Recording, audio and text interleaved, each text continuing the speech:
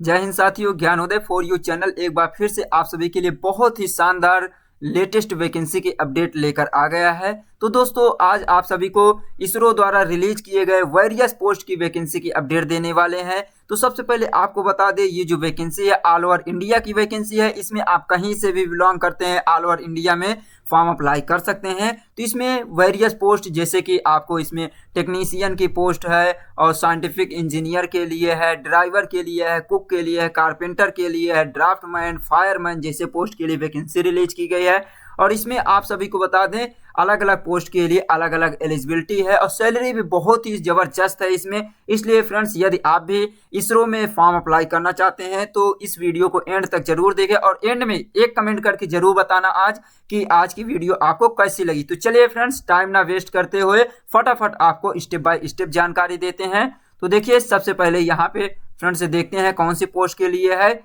यहाँ पे आपको ये देखिए कौन कौन सी है। Recruitment to the post of scientific scientist engineer, technical assistant, scientific assistant, library assistant, technical भी, draftman, cook, fireman, heavy vehicle driver और लाइट व्हीकल ड्राइवर जैसे पोस्ट के लिए दिया हुआ है। तो इसकी आपको डिटेल में जानकारी देते हैं फ्रेंड्स अब इसके ऑफिशियल नोटिफिकेशन से। तो यहाँ पे इसका ऑफिशियल नोटिफिकेशन है फ्रेंड्स, यहाँ पे अब इसमें से आपको संपूर्ण जानकारी देते हैं स्टेप बाय स्टेप कि कौन पोस्ट के लिए कितना वैकेंसी रिलीज की गई है, क्या एलिजिबिलिटी क्राइटेरिया है, एज लिमिट क्या है, ये सब जानकारी आपको देते हैं। तो देखिए फ्रेंड्स, यहाँ पे पोस्ट वाइज जानकारी इसमें अवेलेबल है। सबसे पहले जो पोस्ट दिया है मेकाट्रॉनिक्स के लिए 2 पोस्ट है, अनरिजर्व कैटेगरी के लिए है यहाँ पे। और पोस्ट कोड भी यहाँ पे ध्यान देना फ्रेंड्स, ये पोस्ट कोड है और कितनी वैकेंसी है और इसमें आपके पास एसेंशियल मिनिमम क्वालिफिकेशन और एक्सपीरियंस क्या है और आपको इसमें जॉब की स्पेसिफिकेशन क्या है उसकी जानकारी और सिलेक्शन प्रोसीजर किस बेस्ड से आपका सिलेक्शन होगा इसकी जानकारी देते हैं। तो पहले जो पोस्ट दिया हुआ है फ्रेंड्स, ये दिया है मेटाट्रॉनिक्स के लिए 2 पोस्ट है, अनरिजर्व कैटेगरी के लिए दिया हुआ है। और इसमें आपके पास क्वालिफिकेशन में मेटाट्रॉनिक्स में एमई एमटेक अथवा समतुल्य के साथ कुल न्यूनतम 60% अथवा 10 यानी 10 पॉइंट्स स्केल पर 6.5 का CGPA CPI ग्रेडिंग के साथ मैकेनिकल इंस्ट्रूमेंटेशन इंजीनियरिंग अथवा संबंधित शाखाओं में से पूर्व पात्रता के साथ BE BTech अथवा समतुल्य अर्हता में कुल न्यूनतम 65% होना चाहिए। सेमेस्टर में औसत होना चाहिए 10 स्केल पर 6.84 का CGPA ग्रेडिंग होना चाहिए। एमई और उसी की इंग्लिश में दिया ME MTech equivalent mechanical with 60%। तो आपके पास एमई या एमटेक है तो इसमें कम से कम 60% होना चाहिए और जिसमें से 6.5 ग्रेडिंग और 10 पॉइंट स्केल के साथ होना चाहिए। एलिजिबिलिटी BE BTech में होना चाहिए। Qualification in mechanical engineering with an aggregate minimum 60% all semester में होना चाहिए। तो इसमें ये दिया बीटेक या BE में आपका 65% होना चाहिए। ग्रेड जो दिया है इसके लिए दिया हुआ है। इसमें आपके पास जॉब में क्या देखने को मिलेगा, किस प्रकार आपको इसमें वर्क होंगे। Design and instrumentation of electromechanical system such as motor, resolver, encoder, potentiometer etcetera. Development of test measurement characterization system of electromechanical system. तो ये आपको जॉब के स्पेसिफिकेशन दिया हुआ है। मोड किस बेस पे आपका सिलेक्शन होगा, इसमें रिटन टेस्ट होगा कंप्यूटर बेस्ड पे और इंटरव्यू होगा। तो इंटरव्यू और इसमें रिटन टेस्ट होगा, तो 2 स्टेज में आपका होगा। उसके बाद इसमें हाइट है और ये दोनों तो आपका फिजिकल एफिशिएंसी टेस्ट वगैरह भी होगा। नेक्स्ट देखिए जो पोस्ट दिया हुआ है, दूसरा नंबर दिया है मटेरियल साइंस। मटेरियल साइंस इसमें भी आपके पास इंजीनियरिंग डिग्री होनी चाहिए मटेरियल साइंस से रिलेटेड, जैसे कि आप यहाँ पर इसमें भी देख सकते हैं दिया है इंजीनियरिंग सामग्री विज्ञान, धातु इंजीनियरिंग धातु व सामग्री, इंजीनियरिंग पॉलीमर विज्ञान, प्रौद्योगिकी विशेषता में एमई एमटेक होना चाहिए। या आपके पास समतुल्य स्नातकोत्तर यानी कि पोस्ट ग्रेजुएशन में फर्स्ट रैंक होनी चाहिए, यानी कि फर्स्ट डिवीजन के साथ आपके पास ये दिया हुआ 60% मार्क्स होना चाहिए। CGPA अथवा CPI ग्रेडिंग समतुल्य होना चाहिए। ये रासायनिक इंजीनियर, मैकेनिकल इंजीनियर संबंधित शाखाओं से पूर्व पात्रता के साथ BE BTech होना चाहिए। और उसके बाद देखिए बीई बीटेक या बीएससी इंजीनियरिंग से होना चाहिए, अथवा समतुल्य अर्हता में न्यूनतम 65% सभी सेमेस्टर का औसत, अथवा 10 स्केल के साथ 6.8 का सीजीपीए जो आपका पॉइंट होता है, या सीपीआई ग्रेडिंग होना चाहिए, या तो रसायन विज्ञान, भौतिक विज्ञान, अनुप्रयुक्त रसायन, अनुप्रयुक्त भौतिक विज्ञान में एमएससी होना चाहिए, या उसके समतुल्य आपके पास एलिजिबिलिटी होना चाहिए। कुल 65% मार्क्स होना चाहिए। तो ये था किसके लिए, ये मटेरियल साइंस के लिए। इसमें आपको क्या देखने को मिल जाएगा, जैसे सरफेस वर्क, इसमें क्या होना चाहिए, सरफेस इंजीनियरिंग होगा, उसमें नियंत्रण, विलेपन, पेंटिंग, क्षेत्र प्रक्रिया, अर्हता, स्केल अप, अवसंरचना, अभिकल्प एवं निर्माण, आंतरिक उत्पादन, योजना एवं कार्यान्वयन, विक्रेता, मूल्यांकन एवं विकास में अनुसंधान व विकास के लिए इसमें काम देखने को मिलेगा। इसमें भी वही आपका होगा, रिटन टेस्ट होगा, और आपका रिटन टेस्ट के साथ साथ स्किल टेस्ट अगर इसमें होगा तो स्किल टेस्ट होगा, नहीं तो कंप्यूटर बेस्ड रिटन एग्जाम होगा और इंटरव्यू होगा। और देखिए थर्ड पोस्ट जो दिया हुआ है मैथमेटिक्स, इसमें भी आपके पास बीएससी बीटेक या एमटेक होना चाहिए फ्रेंड्स। एमएससी भी दिया हुआ है, तो इसमें भी ये दिया है गणित विज्ञान, अनुप्रयुक्त गणित विज्ञान में, या एमएससी अथवा समतुल्य स्नातकोत्तर के साथ कुल न्यूनतम 65% अथवा इसके 10 स्केल पर 6.85 सीजीपीए सीपीआई ग्रेडिंग के साथ बीएससी में प्रथम श्रेणी में पूर्व पात्रता होना चाहिए। यानी कि इंग्लिश में ये दिया है कि एमएससी और equivalent post graduate degree in mathematics, तो मैथमेटिक्स से आपके पास पोस्ट ग्रेजुएशन डिग्री होनी चाहिए। और साथ ही साथ इसमें दिया applied mathematics with an aggregate minimum 65% marks, grading 6.84 point with eligibility of BSc or equivalent with first class. तो बीएससी में फर्स्ट क्लास यानी कि फर्स्ट डिवीजन होना चाहिए।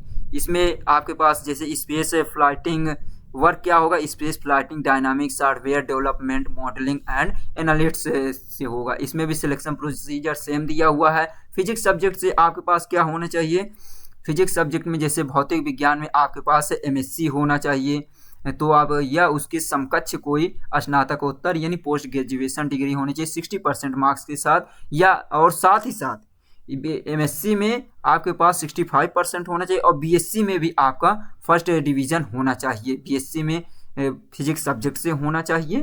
तो ये दिया था। और इसमें देखिए दिया है जैसे कि space craft, mission planning and operation, software development या सिमुलेशन मॉडलिंग, ये आपके लिए जॉब स्पेसिफिकेशन दिया हुआ है। नेक्स्ट देखिए दिया हुआ है टेक्नीशियन बी के लिए, टेक्नीशियन बी के लिए देखिए पोस्ट दिया हुआ है, जैसे कि दिया है electronics mechanic, technical electronic system mechanic, consumer electronics, appliance mechanic, industrial economics से लेकर इसमें टोटल आपको 63 पोस्ट दिया हुआ है। तो इसमें 63 पोस्ट में डिवाइड किया गया कैटेगरी वाइज, जैसे अनरिजर्व के लिए 28 पोस्ट है, ओबीसी के लिए 16 और एससी के लिए 9 पोस्ट, एसटी कैंडिडेट के लिए 5 पोस्ट, ईडब्ल्यूएस के लिए 5 पोस्ट दिया हुआ है। इसमें आपके पास देखिए अब जो है टेक्नीशियन बी जो दिया हुआ है, ये सभी पोस्ट जितना भी है टेक्नीशियन बी से रिलेटेड, इसमें सभी में आपके पास हाई स्कूल पास होना चाहिए, साथ ही साथ आईटीआई होनी चाहिए। आईटीआई जिस सब्जेक्ट के लिए आप फॉर्म अप्लाई कर रहे हैं उससे रिलेटेड आपका आईटीआई कंप्लीट होना चाहिए। और इसमें देखिए सिलेक्शन प्रोसीजर क्या है, इसमें आपका रिटन टेस्ट होगा, और यानी कि कंप्यूटर बेस्ड आपको सीबीटी एग्जाम होगा, साथ ही साथ आपका स्किल टेस्ट होगा। स्किल टेस्ट क्या होगा, ट्रेड से रिलेटेड, जिस ट्रेड से आप फॉर्म अप्लाई कर रहे हैं, जैसे फिटर से है तो फिटर से आपका स्किल टेस्ट लिया जाएगा, और हाई स्कूल पास होना चाहिए। साथ ही साथ आईटीआई में देखिए इसमें क्या दिया है, जैसे इलेक्ट्रॉनिक से है तो इलेक्ट्रॉनिक से आपका आईटीआई होना चाहिए। तो ये था mechanic, technician, power electronic system, consumer electronics या मैकेनिक, इंडस्ट्रियल इकोनॉमिक ट्रेड से आपका होना चाहिए, वो भी national council for vocational training NCVT से होना चाहिए। तो ये इतना पोस्ट है, सिलेक्शन प्रोसीजर ऑलरेडी बता चुके। अब सभी पोस्ट के लिए इलेक्ट्रिकल से है तो इसमें भी 13 पोस्ट दिया हुआ है, हाई स्कूल पास और इलेक्ट्रिकल से रिलेटेड आपके पास इसमें वो होना चाहिए, आईटीआई होना चाहिए। नेक्स्ट पोस्ट देखिए फोटोग्राफी डिजिटल के लिए, इसमें 5 पोस्ट है, इसमें भी हाई स्कूल पास और फोटोग्राफी या डिजिटल से रिलेटेड आपके पास आईटीआई होना चाहिए। फिटर से हैं तो फिटर से हाई स्कूल, फिटर से आपके पास आईटीआई होना चाहिए और हाई स्कूल पास होना चाहिए। तो ये था। इसमें भी देखिए 17 पोस्ट दिया है। प्लम्बर से 3 पोस्ट दिया हुआ है। प्लम्बर से आपके पास अगर ITI है तो भी ये आपके लिए बहुत ही शानदार पोस्ट है। नेक्स्ट देखिए फ्रिज और जो AC मैकेनिक होते हैं उनके लिए भी 11 पोस्ट दिया हुआ है। इसमें भी आपके पास फ्रिज ये दिया ITI, NCVT या NAC से रेफ्रिजरेटर और एयर कंडीशनर AC यानी कि R&AC ट्रेड से आपके पास ITI है तो फॉर्म अप्लाई कर सकते हैं। टर्नर के लिए 2 पोस्ट दिया हुआ है, ITI है इसमें भी। कारपेंटर के लिए 3 पोस्ट है, ITI इसमें भी मांगा हुआ है। मोटर वाहन मैकेनिक यानी मोटर व्हीकल मैकेनिक के लिए भी 2 पोस्ट है, ITI प्लस हाई स्कूल है। मशीनिस्ट के लिए भी 5 पोस्ट है, हाई स्कूल प्लस इसमें भी ITI मांगा है। मशीनिस्ट ट्रेड से वेल्डर हैं, वेल्डर के लिए 2 पोस्ट है। यदि आप वेल्डिंग से रिलेटेड ITI किए हुए हैं तो इसमें फॉर्म अप्लाई कीजिए। नेक्स्ट ड्राफ्ट मैन के लिए देखिए 11 पोस्ट है। ड्राफ्ट मैन में 11 पोस्ट है। इसमें भी आपके पास मेट्रिकुलेशन या हाई स्कूल के साथ साथ ITI, NCT या CA इन ड्राफ्ट मैन मैकेनिकल ट्रेड से आपके पास होना चाहिए। सिलेक्शन प्रोसीजर सेम है। आपका लिखित परीक्षा होगा, कंप्यूटर आधारित परीक्षा व कौशल परीक्षा आधारित होगा, तो कौशल परीक्षा होगा। नेक्स्ट देखिए दिया हुआ ड्राफ्ट मैन सिविल के लिए भी 5 पोस्ट है। इसमें भी आपके पास सिविल से ड्राफ्ट मैन का ITI होना चाहिए। टेक्नीशियन सहायक टेक्निकल असिस्टेंट के लिए टोटल 28 पोस्ट दिया हुआ है। इसमें देखिए अब जो दिया है टेक्नीशियन सहायक, इसमें आपके पास डिप्लोमा होना चाहिए, जैसे कि पॉलिटेक्निक होना चाहिए, तो इसमें फॉर्म अप्लाई कर सकते हैं। जैसे इलेक्ट्रॉनिक्स में 28 पोस्ट है तो इसमें भी देखिए first class diploma in electronics engineer from a recognised state board, तो किसी भी मान्यता प्राप्त राज्य बोर्ड से इलेक्ट्रॉनिक्स इंजीनियरिंग डिप्लोमा में फर्स्ट रैंक होनी चाहिए यानी फर्स्ट डिवीजन से होना चाहिए। तो ये था। और इसमें भी रिटन एग्जाम होगा। सिलेक्शन किस बेस पे होगा, लिखित परीक्षा या रिटन एग्जाम, कंप्यूटर आधारित परीक्षा हुआ कौशल परीक्षा पर आधारित होगा। नेक्स्ट देखिए कंप्यूटर साइंस। कंप्यूटर साइंस से 6 पोस्ट है। इसमें भी आपको वही दिया है diploma, first class diploma in computer science engineering from a recognised board, तो कंप्यूटर साइंस इंजीनियरिंग से डिप्लोमा है तो आप इसके लिए अप्लाई कर सकते हैं। और इलेक्ट्रिकल से भी आपके पास वही डिप्लोमा होना चाहिए इलेक्ट्रिकल से, तो इसमें फॉर्म अप्लाई कर सकते हैं। 5 पोस्ट दिया है। सिविल से भी डिप्लोमा है आपके पास, जैसे सिविल इंजीनियरिंग से आप पॉलिटेक्निक किए हुए हैं तो आप इसमें 4 पोस्ट है, फॉर्म अप्लाई कर सकते हैं। कैटेगरी वाइज भी चेक कर लेना फ्रेंड्स यहाँ पे, क्योंकि वीडियो ज़्यादा लॉन्ग हो जाएगी। यहाँ पे देख सकते हैं, वीडियो को पॉज करिए और पॉज करने के बाद आप यहाँ पे चेक कर लेना कि किस कैटेगरी के लिए कितना पोस्ट है। मैकेनिकल के लिए भी आपके पास डिप्लोमा होना चाहिए, 12 पोस्ट मैकेनिकल के लिए दिया हुआ है। तो ये था। आप देखिए साइंटिफिक असिस्टेंट के लिए, इसमें देखिए क्या है, इसमें भी साइंटिफिक असिस्टेंट के लिए केवल ग्रेजुएशन मांगा हुआ है। इसमें किसी भी प्रकार कोई डिप्लोमा नहीं मांगा हुआ है फ्रेंड्स। तो इसमें आपको किस प्रकार की वैकेंसी है, देखिए ITI पास, हाई स्कूल ITI, पॉलिटेक्निक, उसके बाद डिप्लोमा और ओनली ग्रेजुएशन भी, जैसे कि। लेकिन यहाँ पे साइंटिफिक असिस्टेंट के लिए है तो आपको साइंस साइड से होना चाहिए, साइंस वर्ग से होना चाहिए। जैसे केमिस्ट्री से 2 पोस्ट है। इसमें आपको first class graduation in BSc chemistry from recognised university या इंस्टीट्यूशन से होना चाहिए, तो BSc आपके फर्स्ट डिवीजन में होना चाहिए, किसी भी बोर्ड से हो, नो मैटर ऑल। देखिए और देखिए फिजिक्स से भी आपको 2 पोस्ट दिया हुआ है। इसमें भी आपके पास फिजिक्स से आपके पास BSc होना चाहिए, किसी भी रिकॉग्नाइज्ड यूनिवर्सिटी से होना चाहिए। इसमें आपके पास सिलेक्शन किस बेस्ड होगा, वही लिखित परीक्षा, कंप्यूटर आधारित और कौशल परीक्षा पर आधारित होगा। नेक्स्ट देखिए दिया एनिमेशन, ये दिया एनिमेशन एंड मल्टीमीडिया, इसके लिए 1 पोस्ट है। इसमें भी आपके पास ग्रेजुएशन कंप्लीट होना चाहिए, जैसे कि first class graduate in BSc animation and multimedia, तो मल्टीमीडिया से आपके पास BSc कंप्लीट होना चाहिए। और उसी प्रकार दिया है मैथमेटिक्स से भी, इसमें भी BSc मैथ से होना चाहिए, तो आप इसमें भी फॉर्म अप्लाई कर सकते हैं। रिटन टेस्ट कंप्यूटर बेस्ड होगा, ये दिया है। नेक्स्ट देखिए लाइब्रेरी असिस्टेंट, इसके लिए भी देखिए दिया हुआ है क्या आपके पास एलिजिबिलिटी होना चाहिए, 1 पोस्ट दिया हुआ है। इसमें आपके पास graduation plus first class master degree in library science, library and information science equivalent from recognised university institution, तो इसमें आपके पास ग्रेजुएशन के साथ साथ आपके पास पोस्ट ग्रेजुएशन या मास्टर डिग्री होनी चाहिए। किस सब्जेक्ट से होना चाहिए, लाइब्रेरी साइंस या लाइब्रेरी इंफॉर्मेशन साइंस से होना चाहिए। स्किल टेस्ट होगा, कंप्यूटर बेस्ड होगा। नेक्स्ट देखिए कुक, यानी कि आपके पास कुक पोस्ट के लिए भी दिया हुआ है, 4 पोस्ट है।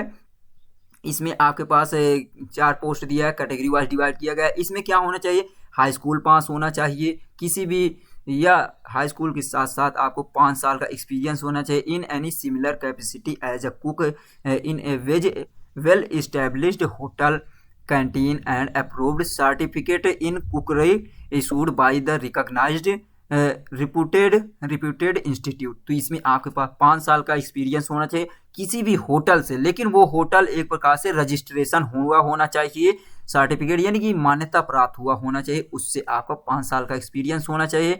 और देखिए दिया है experience certificate from individual will not be accepted. तो किसी व्यक्ति से जारी अनुभव प्रमाण पत्र स्वीकृत नहीं होगी। जैसे कि आप लोकल में जाके ले लिए एक्सपीरियंस किसी होटल में ना जाकर, तो वो एक्सेप्ट नहीं किया जाएगा। इसमें भी आपका रिटन टेस्ट होगा और स्किल टेस्ट होगा। फायरमैन के लिए 3 पोस्ट दिया हुआ है। इसमें आपके पास हाई स्कूल पास होना चाहिए, साथ ही साथ ये निर्धारित शारीरिक स्वास्थ्य मानक एवं क्षमता परीक्षा मानक को पूरा किया होना चाहिए। यानी कि हाई स्कूल के साथ साथ आपको जो इसमें फिजिकल स्टैंडर्ड होना चाहिए वो आपका पूरी तरह से फिट होना चाहिए, क्योंकि फायरमैन है ये एक प्रकार से डिफेंस से रिलेटेड होते हैं। इसमें भी रिटन टेस्ट होगा, स्किल टेस्ट होगा और साथ ही साथ आपका फिजिकल एफिशिएंसी टेस्ट होगा, यानी रनिंग वगैरह भी होगी इसके लिए।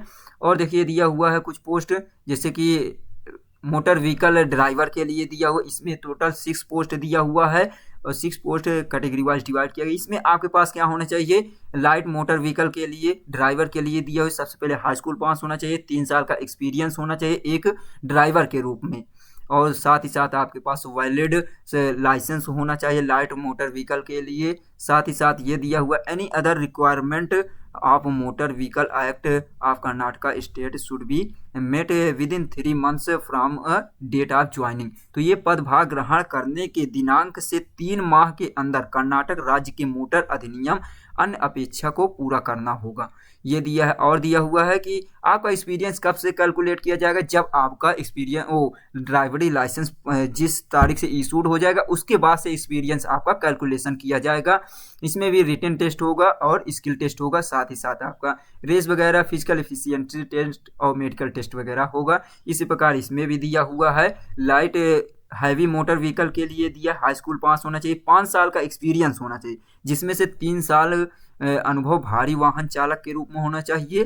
तो ये दिया है आपके पास ड्राइवरी लाइसेंस होना चाहिए, हैवी व्हीकल का होना चाहिए, वैध होना चाहिए, और total prescribe experience should be obtaining valid driving licence. तो आपका एक्सपीरियंस वही जब से ड्राइवरी लाइसेंस इशूड किया जाएगा उसके बाद से आपका कैलकुलेशन किया जाएगा। और देखिए दिया हुआ है यहाँ पे अनुभव प्रमाण पत्र केवल सरकारी अर्ध सरकारी एजेंसी पंजीकृत सोसाइटी द्वारा इत्यादि से मान्य होगा, जो आपका अनुभव सर्टिफिकेट होगा। और experience certificate should only be government semi government against comprise society trust experience certificate from individual will not be accept. तो आपका जो एक्सपीरियंस सर्टिफिकेट होगा वो भी किसी व्यक्ति द्वारा नहीं जारी किया होना चाहिए, आम आदमी द्वारा नहीं होना चाहिए, किसी गवर्नमेंट सोसाइटी से होना चाहिए।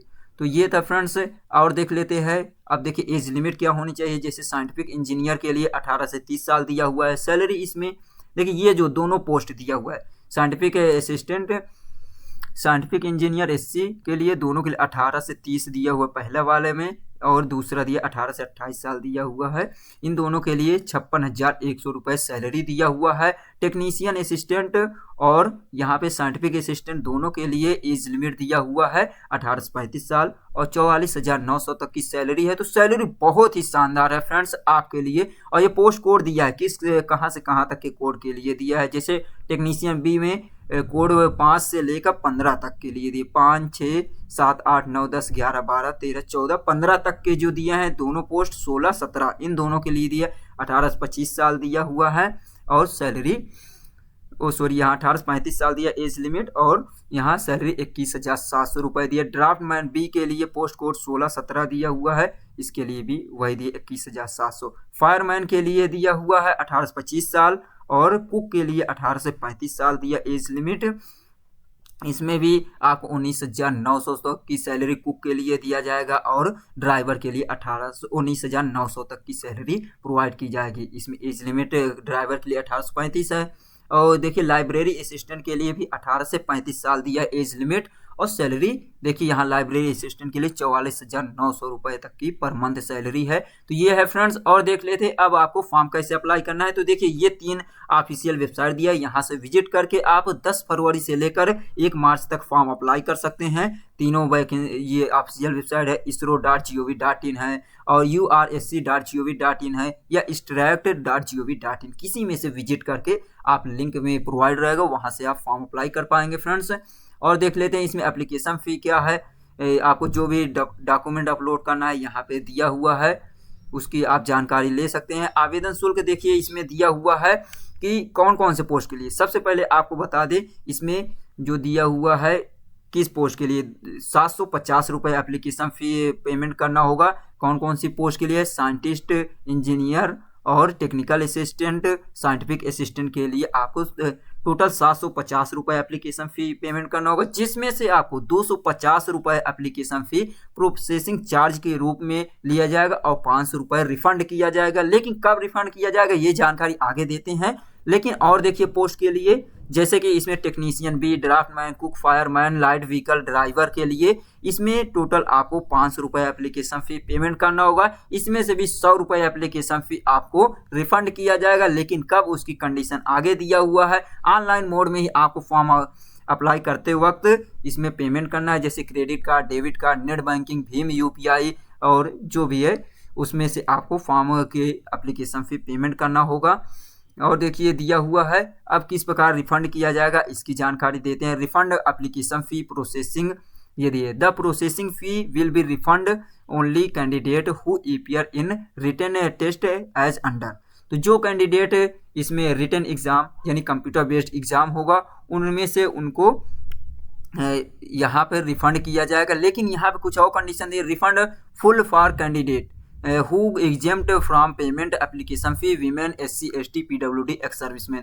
तो महिलाओं का, SC ST और PWD कैंडिडेट का पूरी फीस इसमें वापस कर दिया जाएगा।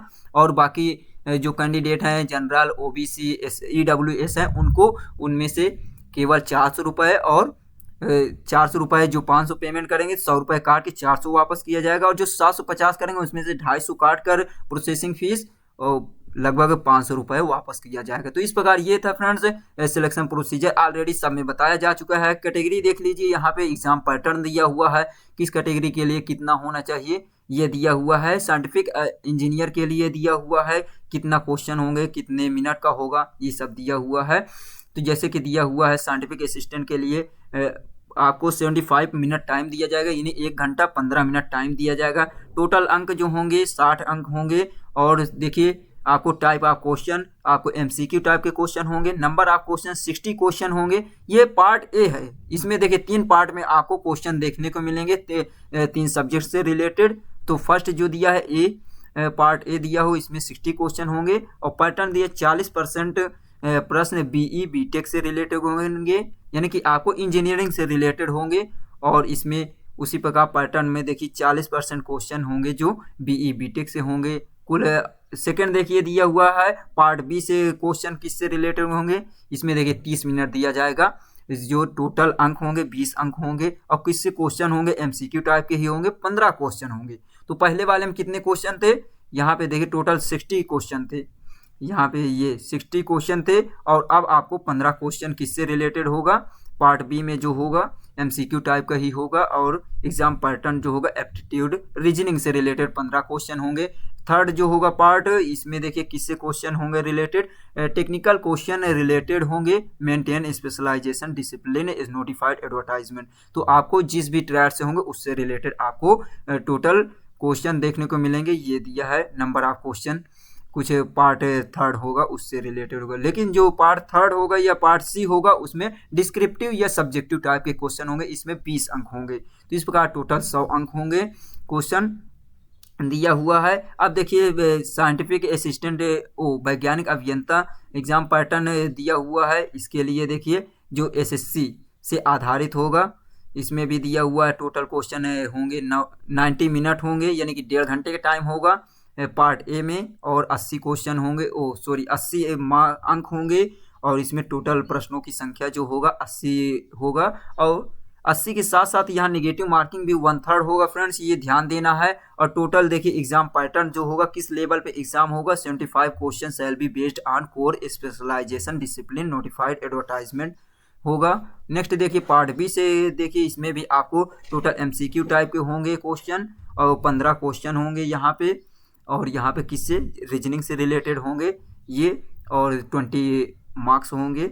ये देखिए इस प्रकार टोटल 100 अंक, तो 100 अंकों के क्वेश्चन होंगे इसमें, दोनों भी सभी के लिए। और इसमें देखिए इंटरव्यू जो होगा, उसमें इंटरव्यू में आपको ये दिया, इंटरव्यू 50 मार्क्स गेन करना होगा, और यहाँ पे एवरेज 60% होगा।